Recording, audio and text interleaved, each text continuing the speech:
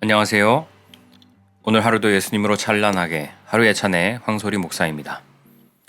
한 주의 마지막 날이네요. 오늘도 마무리 잘 하시고 내일 주일 예배도 성공하고 승리하는 예배가 되기를 바랍니다. 오늘은 요한계시록 6장 1절에서 8절까지 말씀을 함께 나누도록 하겠습니다.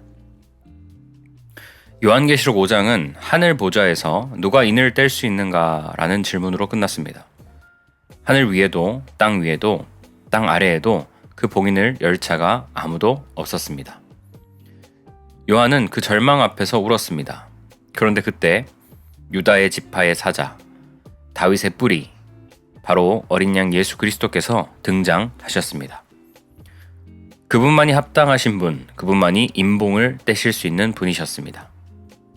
이제 요한계시록 6장 하늘의 문이 다시 열리고 어린 양이 첫 번째 인을 떼십니다. 그렇다면 예수님은 왜 이 인들을 떼시는가? 단지 심판하시기 위함이 아닙니다. 사랑하시는 성도들을 지키기 위함입니다. 보이지 않는 하늘의 전쟁 속에서 예수님은 교회의 주인으로 성도들의 신랑으로 그들을 유혹하고 넘어뜨리는 모든 악한 세력과 싸우십니다. 그 싸움은 상징이 아닙니다. 산이 무너지고 바다가 뒤집히며 천지가 진동하는 영적 전쟁입니다. 예수님은 그 인을 하나씩 떼시며 자신의 신부 곧 교회를 지키십니다. 요한이 울었던 이유는 인을 떼지 않으면 교회가 이길 가능성이 없었기 때문입니다. 그러나 이제 우리는 압니다. 그 인은 이미 떼졌습니다. 예수님이 승리하셨습니다. 그분은 성도들의 모든 대적을 물리치셨고 그 싸움에서 단 한 번도 패한 적이 없습니다. 요한계시록 6장은 두려움의 장이 아닙니다. 사랑의 장, 승리의 장, 구속의 장입니다. 어린 양이 인을 떼십니다. 그 이유는 단 하나, 당신을 지키시기 위함입니다. 6장 1절 말씀입니다. 내가 보매 어린 양이 7인 중에 하나를 떼시는데 그때에 내가 들으니 내 생물 중에 하나가 우레소리같이 말하되 오라 하기로. 요한은 하늘의 보좌 앞에서 어린 양이 7인 중 첫 번째 인을 떼는 장면을 봅니다. 하늘 전체가 긴장감으로 감싸집니다. 그 순간 내 생물 중 하나가 우레 같은 음성으로 외칩니다. 오라! 그 한마디가 울려 퍼질 때 하늘의 침묵이 깨지고 역사의 새로운 장이 열립니다. 오랫동안 많은 해석자들이 요한계시록의 7인, 7나팔, 7대접이 어떤 순서로 일어났는지를 두고 논쟁했습니다. 연속적 구조 해석의 관점에서는 인, 나팔, 대접 순으로 일어난 사건, 인보다 나팔이, 나팔보다 대접이 더 강력한 심판으로 이어진다고 보았습니다. 그리고 시간의 순서로 진행된다고 해석했습니다. 두 번째, 병행적 구조 해석입니다. 세 사건이 시간 순서가 아니라 동시다발적으로 일어나는 것으로 이해했습니다. 특히 7째 인, 7째 나팔, 7째 대접은 모두 예수님의 재림과 종말의 완성을 가리킨다고 보았습니다. 하지만 이 두 견해 모두 하늘의 시선이 아닌 인간의 시간 개념으로 본 한계가 있습니다. 성경은 역사책처럼 연대기적으로 기록되지 않았습니다. 요한계시록은 하늘과 땅을 오가며 보여주는 입체적 구조입니다. 1에서 3장은 지상교회의 모습, 4에서 5장은 천상에서 예배와 어린 양의 영광, 6장은 하늘과 지상이 동시에 교차됩니다. 즉, 요한계시록은 하늘의 시점에서 본 지상 역사입니다. 따라서 인과 나팔, 대접은 시간적으로 나열된 사건이 아니라 하나의 동일한 영적 현실을 다른 각도에서 보여주는 것입니다. 많은 사람들은 7인이 마지막 환란, 대환란, 즉 종말의 특정 시점에 일어날 일로 이해합니다. 하지만 성경은 그렇게 말하지 않습니다. 7인의 사건은 예수님의 재림 직전의 단 한 번의 사건이 아니라 모든 시대를 살아가는 성도의 삶 속에서 반복되는 과정입니다. 초대교회의 7교회가 그러했습니다. 그들은 유혹을 받고 타락하고 징계를 받고 다시 회개하여 회복되는 과정을 계속 겪었습니다. 그처럼 7인도 한 개인의 인생 속에서 죄, 징계, 회개, 구원, 회복, 순환으로 반복됩니다. 예수님이 인을 떼실 때 지상에서는 지진과 번개, 우레 같은 심판이 일어납니다. 하지만 동시에 하늘에서는 성도의 기도가 올라가고 성도의 이마에 인이 찍힙니다.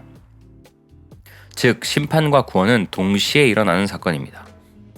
악인에게는 우레와 번개와 같은 심판이지만 성도에게는 기도의 응답과 구원의 확증입니다. 예수님은 왜 인을 여시는가? 그 목적은 하나입니다. 자신의 신부인 교회를 지키기 위해서. 하늘에서는 보이지 않는 전쟁이 벌어집니다. 예수님은 교회를 향해 달려드는 어둠의 세력과 싸우십니다. 그분은 단 한 명의 성도도 잃지 않으시기 위해 자신의 보좌에서 직접 싸우십니다. 그 전쟁이 바로 7인의 개봉입니다. 요한은 인을 뗄 자가 없어서 울었습니다. 그 이유는 인이 닫혀 있으면 교회가 이길 가능성이 전혀 없었기 때문입니다. 하지만 이제 예수님이 그 인을 떼십니다. 이제 교회는 패하지 않습니다. 성도는 버려지지 않습니다. 어린 양이 인을 여셨으니 교회는 승리할 것이다. 요한계시록 6장은 두려운 책이 아닙니다. 예수님의 신부를 향한 사랑의 전투 기록입니다. 2절 말씀입니다. 이에 내가 보니 흰 말이 있는데 그 탄 자가 활을 가졌고 면류관을 받고 나아가서 이기고 또 이기려고 하더라. 어린 양이 첫째 인을 뜯는 순간 하늘이 진동하고 네 생물 중 하나가 우레소리같이 외쳤습니다. 오라! 그 부름에 응답하듯 한 흰 말이 등장합니다. 그 위에는 활을 가진 자 그리고 면류관을 쓴 자가 있습니다. 그는 달려갑니다. 이기고 또 이기려고. 이 장면은 요한계시록 전체에서 가장 상징적이며 가장 오해받는 구절 중 하나입니다. 수많은 해석자들이 이 흰말의 탄자가 누구인가를 두고 논쟁해왔습니다. 첫 번째, 그리스도설. 이 인물은 예수 그리스도다. 이유는 흰색, 면류관, 이김 모두 예수님을 상징하는 단어이기 때문입니다. 두 번째, 적 그리스도설. 어떤 이들은 반대로 흰말 탄자가 거짓 평화의 세력 혹은 적 그리스도라고 주장합니다. 이유는 흰색이 위장된 의로움을 상징하며 이후 등장하는 붉은 말, 검은 말, 황청색 말, 청황색 말이 모두 심판의 도구이기 때문입니다. 결국 어떤 이는 그리스도, 어떤 이는 적 그리스도로 해석하면서 진리는 양쪽으로 갈라졌습니다. 요한계시록은 논리의 책이 아니라 계시의 책입니다. 논리를 억지로 맞추면 혼란이 오지만 예수님의 다양한 캐릭터로 보면 너무나 명확해집니다. 흰 말을 탄 자는 예수님입니다. 그분은 승리의 왕, 교회를 지키는 전사, 이기고 또 이기시는 주님이십니다. 흰색은 언제나 순결, 의로움, 승리를 상징합니다. 예수님은 흰 말을 타고 거룩한 군대와 함께 오시는 분이십니다. 계시록 19장 11절에 보면 또 내가 하늘이 열린 것을 보니 흰 말이 있고 그 탄 자는 충신과 진실이라 하여 공의로 심판하며 싸우더라. 즉 6장의 흰 말은 19장의 예수님과 연결됩니다. 이 말은 전쟁을 준비한 말이 아니라 이미 승리한 말입니다. 그분은 활을 가지셨다고 기록되어 있습니다. 예수님의 무기는 칼이 아니라 말씀입니다. 히브리서 4장 12절은 이렇게 말하죠. 하나님의 말씀은 살아있고 활력있어 좌우의 날선 어떤 검보다 예리하여 혼과 영과 관절과 골수를 찔러 쪼개기까지 하며. 활은 멀리 있는 적을 맞히는 무기입니다. 예수님의 말씀은 가까운 교회 안의 문제만이 아니라 멀리 있는 영적 영역까지 관통합니다. 그분은 말씀으로 싸우십니다. 예수님은 면류관을 받으셨습니다. 여기서 받았다는 것은 이미 승리하셨다는 의미입니다. 예수님은 십자가에서 죽으셨지만 부활로 완전한 승리를 얻으셨습니다. 그분의 머리 위에는 이미 왕의 면류관이 있습니다. 이 싸움은 결과가 정해진 전쟁입니다. 요한은 이렇게 말합니다. 그는 나아가서 이기고 또 이기려고 하더라. 이 문장은 단순한 과거형이 아닙니다. 헬라어 원문으로 보면 지속적, 반복적 승리의 의미를 가지고 있습니다. 예수님은 한 번만 승리하신 분이 아닙니다. 그분은 오늘도 지금도 성도를 지키기 위해 계속해서 싸우고 이기십니다. 그분의 승리는 시간적으로 한 번의 사건이 아니라 영원히 반복되는 현재 진행형의 승리입니다. 예수님이 한 번 이기셨는데 왜 또 이기셔야 할까? 그 이유는 성도의 싸움이 끊이지 않기 때문입니다. 교회를 미혹하는 발람, 진리를 왜곡하는 니골라당, 유혹하는 이세벨의 영은 한 시대만 활동하는 것이 아니라 모든 세대를 따라 움직입니다. 그래서 예수님은 한 번만 교회를 구원하시는 분이 아니라 지금도 교회를 지키시는 분입니다. 그분의 승리는 지속적인 보호, 끊임없는 은혜의 싸움입니다. 성도는 스스로 이기는 존재가 아닙니다. 우리가 보좌에 앉게 된 이유는 우리가 강했기 때문이 아니라 예수님이 계속 이기셨기 때문입니다. 그분의 승리가 곧 우리의 구원이고 그분의 면류관이 곧 우리의 영광입니다. 3절 말씀입니다. 둘째 인을 떼실 때 내가 들으니 둘째 생물이 말하되 오라 하니. 어린 양 곧 예수께서 둘째 인을 떼실 때 하늘에서 다시 한번 큰 울림이 들립니다. 두 번째 생물이 외칩니다. 오라. 그리고 그 순간 붉은 말을 탄 자가 나타납니다. 이 장면은 단순한 반복이 아닙니다. 첫째 인의 흰말에 이어 둘째 인에서는 또 다른 예수님의 캐릭터, 즉 전쟁하시고 보호하시는 주님의 모습이 드러납니다. 요한계시록 6장은 어린 양, 내 생물, 내 말을 중심으로 동일한 패턴을 반복합니다. 어린 양이 오신 인을 떼신다, 생물이 오라고 외친다, 말이 나타난다. 이 구조는 1절, 3절, 5절, 7절에서도 그대로 이어집니다. 즉, 7인의 개복은 시간 순서로 차례대로 일어나는 사건이 아니라 동시에 펼쳐지는 하늘의 다양한 시점입니다. 우리는 종종 성경을 평면적 시간표로 해석합니다. 첫째 인은 과거, 둘째 인은 미래처럼 말이죠. 하지만 예수님은 시간의 창조주이십니다. 그분은 시간에 묶이지 않고 모든 시대, 모든 세대, 모든 장소에서 동시에 역사하실 수 있습니다. 따라서 요한계시록의 인들은 순서적 사건이 아니라 예수님 안에서 동시에 펼쳐지는 입체적 사역의 장면들입니다. 요한은 천상의 환상을 통해 우리가 평면적으로 이해할 수 없는 하늘의 질서를 보여줍니다. 그는 예수님의 사역을 입체적으로 묘사합니다. 즉, 예수님은 한 장면에 한 역할만 하시는 분이 아닙니다. 그분은 동시에 왕이시며 어린 양이시며 사자이시며 심판자이십니다. 예를 들어 에스겔의 환상 속에서 예수님의 얼굴은 앞은 사자, 오른쪽은 소, 왼쪽은 사람, 뒤는 독수리로 나타납니다. 이처럼 요한계시록도 한 사건 안에 여러 얼굴의 예수님이 공존합니다. 많은 성도들이 성경을 볼 때 예수님은 어느 부분에만 나오신다고 생각합니다. 하지만 그것은 인간 중심 사고입니다. 하늘에서는 그분의 사역이 시간과 공간을 초월해 동시에 진행되고 있습니다. 예수님은 지금 이 순간에도 한 사람의 마음을 만지시며 동시에 다른 대륙의 교회를 새롭게 하시고 악한 영들을 대적하시며 천상에서 성도의 기도를 받고 계십니다. 그분은 모든 곳에서 모든 때에 완전하게 일하시는 전능자이십니다. 요한은 독자들에게 말합니다. 성경은 마치 정육면체처럼 입체적인 구조를 가지고 있습니다. 앞면만 보면 단순해 보이지만 그 뒷면에는 우리가 보지 못한 하나님의 깊은 섭리와 은혜가 숨어 있습니다. 정육면체 블록을 쌓을 때 겉으로는 보이지 않지만 그 밑에 숨어 있는 블록들이 전체 구조를 떠받치고 있듯이 성경도 보이는 단어 너머에 보이지 않는 하나님의 마음이 자리 잡고 있습니다. 그래서 요한계시록을 풀 때는 가장 중요한 해석의 열쇠는 단 하나입니다. 예수님 중심으로 읽어야 합니다. 예수님이 무엇을 하셨는가? 그분이 어떤 분이신가? 그분이 지금도 어떻게 일하고 계신가에 초점을 맞출 때 요한계시록은 더 이상 두려운 책이 아닙니다.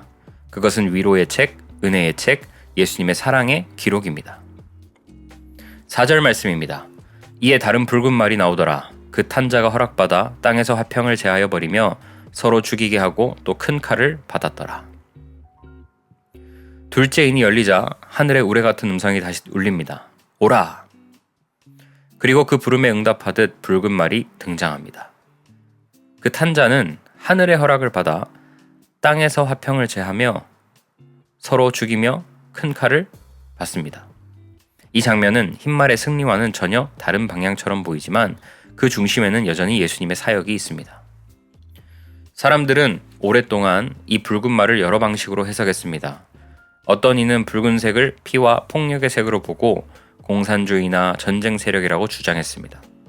또 어떤 이는 죽음과 파괴 혹은 대환란의 상징으로 보았습니다.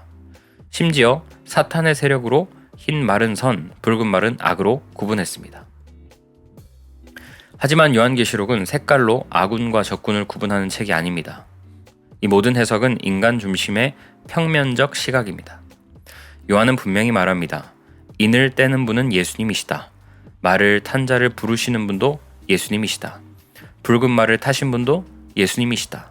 즉, 붉은 말은 예수님이 악한 자들을 스스로 무너뜨리게 하시는 사역을 상징합니다. 화평을 제한다는 말은 성도 간의 평화를 없앤다는 뜻이 아닙니다. 오히려 성도들을 괴롭히는 악한 세력들 사이의 평화를 깨뜨리신다는 의미입니다. 예수님은 신부를 보호하기 위해 대적들의 동맹을 스스로 무너뜨리게 하십니다. 요한은 스스로 죽이게 하며 라고 기록하죠. 여기서 서로는 성도가 아닙니다. 성도를 괴롭히던 발람, 니골라당, 이세벨의 영적 세력들을 가리킵니다. 예수님은 그들이 한편이 되어 교회를 공격하지 못하도록 그들 사이의 화평을 깨뜨리십니다. 그들은 처음에는 연합하지만 결국 서로를 향해 칼을 겨누게 됩니다. 요한은 이 장면을 기드온의 전쟁과 같은 원리로 설명합니다. 사사기 7장 22절에 300명이 나팔을 불 때 여호와께서 그 온 진영에서 친구끼리 칼로 치게 하심으로 당시 미디안과 동방연합군은 13만 5천 명의 대군이었습니다. 그들은 하나로 연합하여 이스라엘을 멸망시키려고 했습니다. 하지만 하나님은 기드온의 손에 칼을 쥐게 하지 않았습니다. 그저 나팔을 불고 항아리를 깨며 여호와와 기드온의 칼이다 외치게 하셨습니다. 그때 하나님께서 적진 안에 공포와 혼란을 일으키십니다. 그들은 어둠 속에서 누가 적인지 누가 동료인지 분간하지 못하고 서로를 향해 칼을 휘둘렀습니다. 그날 밤 하나님은 적들이 서로 칼로 치게 하셨습니다. 그리고 그 전쟁은 이스라엘의 완승으로 끝났습니다. 예수님은 동일하게 역사하십니다. 오늘날 교회를 괴롭히는 거짓 교리와 성도를 미혹하는 세력들이 연합할지라도 예수님은 그들 사이에 혼란과 시기와 분열을 일으키십니다. 어제까지 한 팀이었던 이들이 서로를 공격하고 서로의 욕심 때문에 파멸합니다. 예수님은 신부의 적들이 연합하지 못하도록 그들 사이에 화평을 제하십니다. 본문에서 붉은 말을 탄 자는 큰 칼을 받았다라고 기록되어 있습니다. 이 칼은 단순한 무기가 아니라 예수님의 말씀의 권세를 상징합니다. 계시록 1장 16절에서 그의 입에서 좌우에 날성검이 나오고 그의 얼굴은 해가 힘있게 비치는 것 같더라. 예수님의 말씀은 적을 무찔러 무너뜨리고 진리를 왜곡하는 자들의 거짓을 폭로하며 신부를 지켜내는 진리의 검입니다. 그분의 한마디면 모든 어둠의 동맹은 붕괴됩니다. 이 모든 장면은 결국 예수님이 신부를 지키시는 전쟁입니다. 예수님은 직접 칼을 휘두르시기보다 적들 스스로 서로를 향해 무너지게 하십니다. 그분은 악한 자들의 계획을 내분으로 돌리시고 성도의 눈앞에 하늘의 공의를 보여주십니다. 5절 말씀입니다. 셋째 인을 떼실 때에 내가 들으니 셋째 생물이 말하되 오라 하기로 내가 보니 검은 말이 나오는데 그 탄 자가 손에 저울을 가졌더라. 어린 양이 셋째 인을 떼실 때 하늘에 또 한 번 명령이 울립니다. 오라! 그리고 요한은 그 또 다른 말을 봅니다. 이번에는 검은 말, 그 위에 탄 자는 저울을 손에 들고 있습니다. 이 장면은 심판과 정의 그리고 구별의 상징으로 가득한 장면입니다. 예수님은 흰말의 승리로 이기셨고 붉은 말로 악의 연합을 무너뜨리셨으며 이제 검은 말로 공의의 저울을 드십니다. 많은 해석자들은 검은색을 부정적으로 보았습니다. 어떤 이는 죽음과 슬픔의 색, 장래의 상징으로 봅니다. 어떤 이는 절망과 어둠 혹은 사탄의 상징으로 해석합니다. 또 어떤 이는 기근의 색, 저울은 식량 분배라고 단순하게 봅니다. 하지만 이런 해석은 모두 평면적 사고, 즉 인간 중심의 역사적 관점에서 본 것입니다. 요한계시록은 색깔로 선악을 나누는 책이 아닙니다. 색은 예수님의 사역의 다양성을 상징합니다. 요한계시록을 해석할 때 가장 중요한 원칙은 이것입니다. 대주어는 결코 바뀌지 않는다. 1장부터 마지막 장까지 요한계시록의 중심 주어는 오직 한 분, 예수 그리스도입니다. 그분은 1장에서 인자같이 등장하시고 2장 3장에서 교회를 다스리시고 4장 5장에서 보좌에 앉으시고 6장에서는 인을 떼시며 말들을 통해 다양한 사역으로 나타나십니다. 따라서 검은 말이 마귀의 상징이다 라는 해석은 대주어가 바뀐 잘못된 해석입니다. 요한계시록의 모든 주어는 예수님이며 그분의 다양한 캐릭터들이 흰말, 붉은말, 검은말, 청황색말로 표현된 것입니다. 요한계시록은 마귀의 행적을 말하는 책이 아니라 예수님의 구속사역을 노래하는 책입니다. 검은말은 단순한 어둠이 아니라 공의의 어둠, 즉 심판의 색입니다. 예수님은 이 땅의 모든 사람을 한눈에 구분하실 수 있는 공의의 저울을 들고 계십니다. 그분은 성도를 보호하시고 악인을 심판하시며 택한 자와 버림받은 자를 구분하십니다. 예수님은 사랑과 공의를 동시에 행하시는 분이십니다. 그는 사랑의 주님이시지만 동시에 완전한 공의의 재판장이십니다. 그 탄자가 손에 저울을 가졌더라. 이 장면은 하나님의 절대적 공평함을 상징합니다. 예수님은 우리 삶을 재십니다. 그분의 저울은 기울지 않습니다. 그분은 사람의 겉모습이 아니라 중심과 동기, 믿음의 진실성을 재십니다. 사무엘상 16장 7절에 사람은 외모를 보거니와 여호와는 중심을 보시느니라. 아멘. 성경 속 저울은 늘 판단, 분별, 공의의 상징으로 사용되었습니다. 예수님은 검은 말을 타시고 이 세상의 교회를 향한 하나님의 무게를 재십니다. 예수님은 단지 심판하시는 분이 아닙니다. 그분의 심판은 사랑 없는 재판이 아니라 사랑으로 인한 구별입니다. 그분은 신부인 교회를 보호하기 위해 악한 자들의 거짓 평화와 왜곡된 연합을 깨뜨리십니다.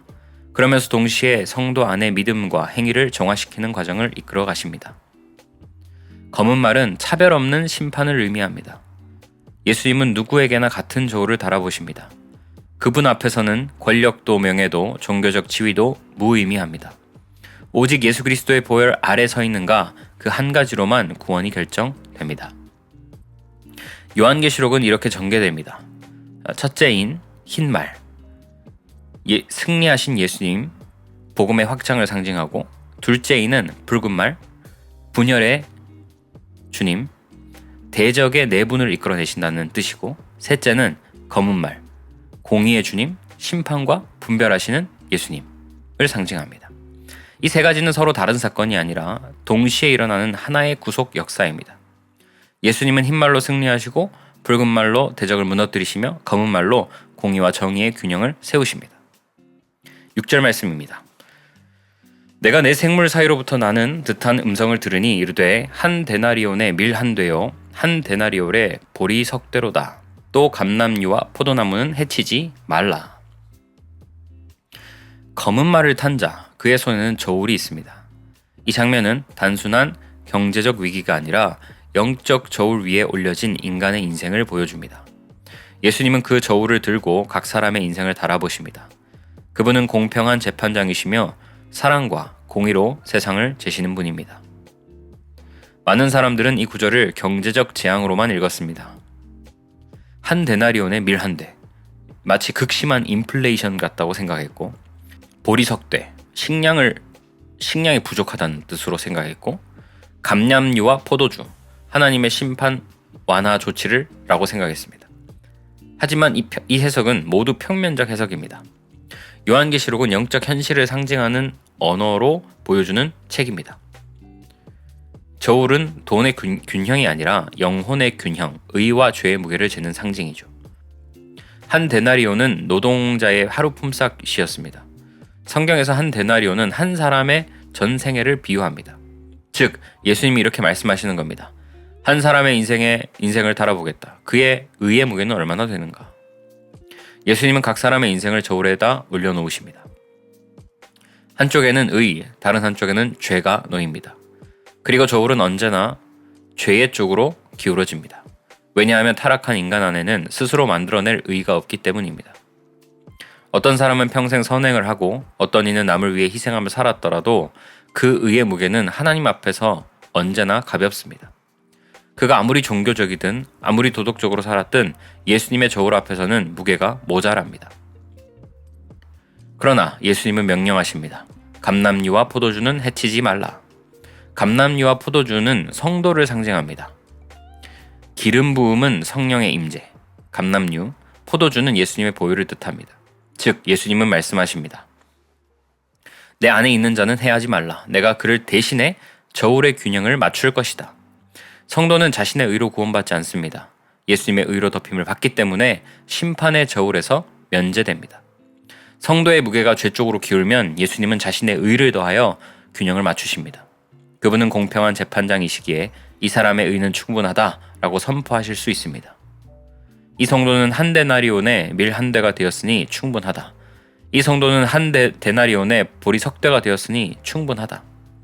예수님은 죄의 크기와 상관없이 자신의 무한한 의로 성도의 부족함을 채워 주십니다. 저울은 단지 심판의 도구가 아니라 공의와 사랑이 만나는 십자가의 그림자입니다. 예수님은 공의로 심판하시지만 사랑으로 용서하십니다. 성도는 그 균형 위에 서 있습니다. 예수님께서 공의의 저울을 드시지 않았다면 우리 모두는 죄의 무게에 눌려 멸망했을 것입니다. 하지만 그분은 자신의 피로 균형을 맞추셨습니다. 7절 말씀입니다. 넷째 인을 떼실 때에 내가 넷째 생물의 음성을 들으니 말하되 오라 하기로. 어린 양 예수님께서 넷째 인을 떼십니다. 그리고 다시 하늘의 음성이 울립니다. 오라. 넷째 생물의 음성, 즉 예수님의 또 다른 캐릭터가 등장하며 새로운 말이 불려 나옵니다. 이제 마지막 말, 청황색 말이 등장할 차례입니다. 하지만 그 전에 우리는 이 장면이 무엇을 뜻하는지를 반드시 기억해야 합니다. 인을 떼는 분은 언제나 예수님이시다. 넷째 생물 또한 예수님의 한 모습이다. 요한계시록의 모든 장면은 예수님의 사역이 계속되고 있음을 보여줍니다. 그분은 멈추지 않으십니다. 초대교회에도, 지금 우리 삶 가운데도, 그리고 마지막 날에도 동일하게 역사하시는 주님이십니다. 우리가 흔히 착각하는 것이 있습니다. 첫째 인, 둘째 인, 셋째 인, 넷째 인, 이 순서가 시간의 순서라고 생각하는 것입니다. 하지만 요한계시록은 시간의 흐름이 아니라 천상과 지상에서 동시에 진행되는 구조입니다. 흰 말은 승리하신 주님, 붉은 말은 대적의 화평을 깨뜨리시는 주님, 검은 말은 공의로 재시는 주님, 그리고 청황색 말은 죽음을 이기시는 생명의 주님을 상징합니다. 이 네 가지 사건은 그때그때 일어나는 사건이 아니라 지속적으로 반복되어 나타나는 예수님의 역사입니다. 요한계시록의 중심 구절은 이 한 문장으로 요약됩니다. 이제도 계시고 전에도 계셨고 장차 오실 이시라.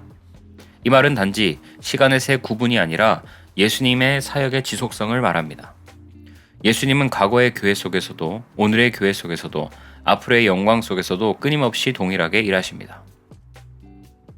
예수님은 교회가 악한 세력에 무너질 때마다 다시 흰 말을 타고 나타나시고 붉은 말을 타고 대적을 무너뜨리시며 검은 말을 타고 공의를 세우십니다.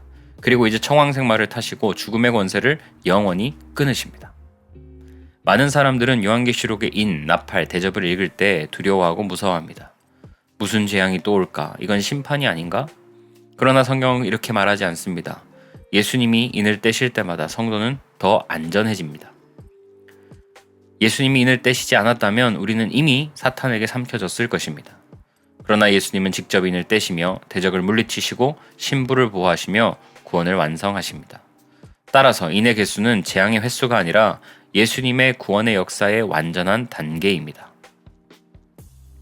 우리는 종종 이렇게 생각합니다. 흰 말은 괜찮지만 붉은 말, 검은 말, 청황색 말은 무섭다. 그러나 이것은 성경을 마귀 중심으로 해석한 왜곡된 시각입니다. 요한계시록은 사탄의 활동 보고서가 아니라 예수님의 구속 보고서입니다. 청황색 말 역시 예수님이 신부를 구원하기 위해 등장하신 모습입니다. 그분은 더 이상 우리를 심판하기 위해 오시는 분이 아니라 심판을 대신 받으신 분입니다. 그분은 사망을 멸하시고 성도의 눈물을 닦으시는 주님이십니다. 요한계시록 6장은 마치 예수님의 얼굴을 네 각도에서 비추는 장면과 같습니다.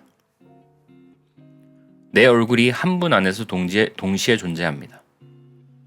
우리는 그분을 한 모습으로만 제한해서는 안 됩니다. 예수님은 구원자이시면서 심판자이시며 사랑의 주이시면서 공의의 주이십니다. 그분은 하나의 사건 안에서도 여러 얼굴로 역사하십니다. 예수님은 인을 떼실 때마다 교회를 위해 싸우십니다. 그분의 싸움은 결코 인간을 멸하기 위한 전쟁이 아닙니다. 예수님은 신부를 위해 전쟁을 치르십니다.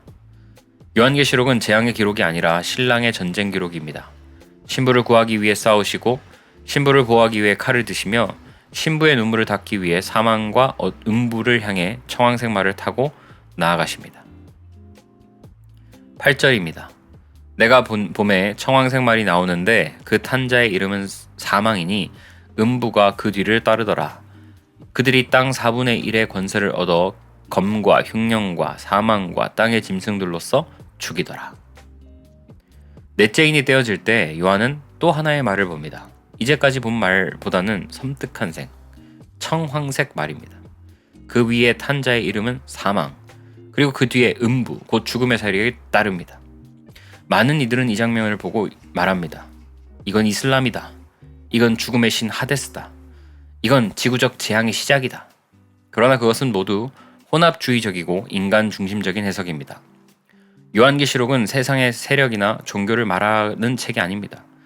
예수 그리스도의 계시, 곧 예수님 자신에 대한 계시입니다. 우리는 사막이라는 단어를 들으면 즉시 부정적인 이미지를 떠올립니다. 그러나 예수님에게 사막은 적이 아니라 정복된 대상일 뿐입니다. 예수님은 사망을 다스리시는 생명의 주이십니다. 따라서 청황색 말을 탄 자의 이름이 사망이라는 말은 예수님이 사망을 통제하고 주관하신다는 의미입니다. 나는 사망과 음부의 열쇠를 가졌노라. 계시록 1장 18절 말씀이죠. 이 말씀대로 예수님은 사망의 이름을 가지고 계십니다. 왜냐하면 그분은 죽음을 정복하신 유일한 분이시기 때문입니다. 요한계시록의 7인에는 예수님의 두 가지 성품이 동시에 드러납니다. 성도를 향한 한없는 사랑, 악인을 향한 공의로운 심판.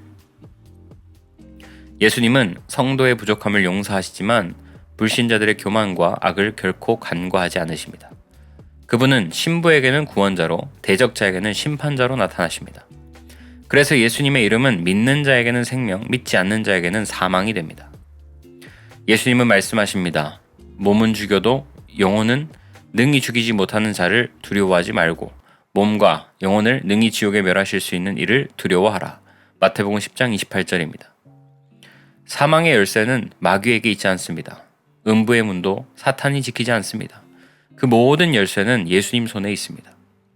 따라서 우리는 사망을 두려워할 필요가 없습니다. 우리가 두려워해야 할 유일한 분은 생명과 죽음을 다스리시는 주 예수님입니다. 예수님이 말씀하십니다. 내가 닫으면 열 자가 없고 내가 열면 닫을 자가 없다. 예수님이 허락하지 않으면 어떤 사망도 어떤 음부도 성도의 생명을 건드릴 수 없습니다. 예수님은 성도의 영혼을 지키시는 분이십니다. 우리의 생명은 우리가 아니라 생명의 주 예수님께 달려 있습니다. 예수님이 있으면 죽어도 살고 예수님이 없으면 살아도 죽습니다. 본문은 이어서 말합니다.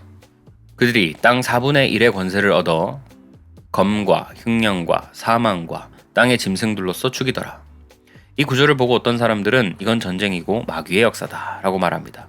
하지만 성경은 이렇게 말합니다. 그들이 권세를 얻었다. 즉, 그 권세는 누가 주셨는가? 예수님이 허락하신 것입니다. 예수님은 모든 전쟁과 기근, 질병과 죽음을 통치의 수단으로 사용하십니다. 악을 위해 쓰시는 것이 아니라 세상의 부패를 정화하고 성도를 보호하기 위해 사용하십니다. 여러분 기억하십시오. 전쟁조차 예수님의 도구이며 사망조차 예수님의 명령 아래에 있습니다. 이스라엘의 역사를 보십시오. 패역한 이스라엘은 아수르에 의해 멸망했습니다. 하나님을 버린 유다는 바벨론에 의해 사라졌습니다. 그러나 그 전쟁의 근원은 마귀가 아니라 하나님이셨습니다. 하나님은 그 전쟁을 심판의 도구, 정화의 수단으로 사용하셨습니다. 요한계시록의 전쟁과 흉년도 마찬가지입니다. 예수님은 신부를 깨끗하게 하기 위해 세상의 혼탁을 심판하십니다. 예수님이 인을 떼실 때마다 우리는 더 안전해집니다. 그분이 심판하신다는 것은 우리의 대적이 무너진다는 뜻이고 그분이 사망을 부르신다는 것은 사망이 더 이상 우리를 삼킬 수 없다는 뜻입니다. 요한은 이 모든 것을 보고 찬양했습니다. 우리도 마찬가지입니다. 예수님이 일하시는 현장을 두려워하지 말고 그분을 찬양하며 바라보는 자가 되어야 합니다. 기도하겠습니다. 주님, 6장 말씀을 통해서 예수님이 통치하고 다스리시는 것이 어디까지인지 우리가 제안했던 것을 그 제안을 넘어선 주님의 통치와 주권을 보게 하시고 그 주님의 통제와 통치와 주권을 통하여 우리를 사랑하시고 우리를 영원한 생명으로 이끌어 가시는 놀라운 은혜를 경험하게 하시니 감사합니다.